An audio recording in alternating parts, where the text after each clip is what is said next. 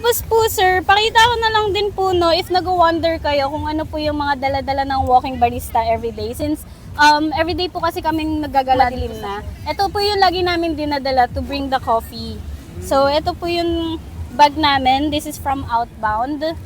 Pwede niyo po siyang i-view sa Instagram, sa Facebook. Meron din po sila sa Lazada and then sa mismong store nila sa Urbanize. Ito po yung mga dala namin palagi.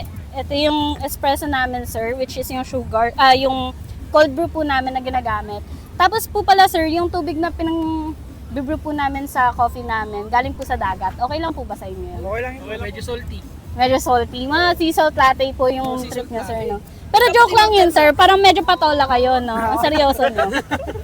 Tapos ito po yung ano natin, yung milk natin. Meron po tayong 2 types of milk. Tapos po, meron din po tayo here yung mga syrups natin. Ayan po, pwede niya rin pong i-check yung mga compartments namin kung paano po namin napagkakasya yung mga dala-dala namin everyday. Tapos here po, meron po kami ditong stirrer, cinnamon powder for our French vanilla, sticks para po sa kwek-kwek na puti natin. And then here naman po pala yung kwek-kwek na puti natin.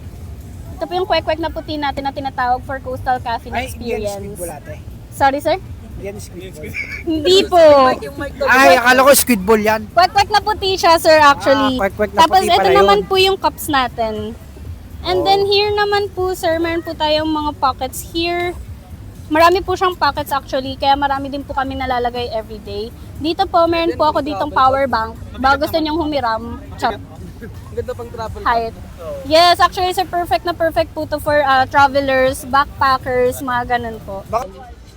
Ayan. Challenge ba kayo sa akin? Ubus na. Ubus na agad ni sir yung coffee natin.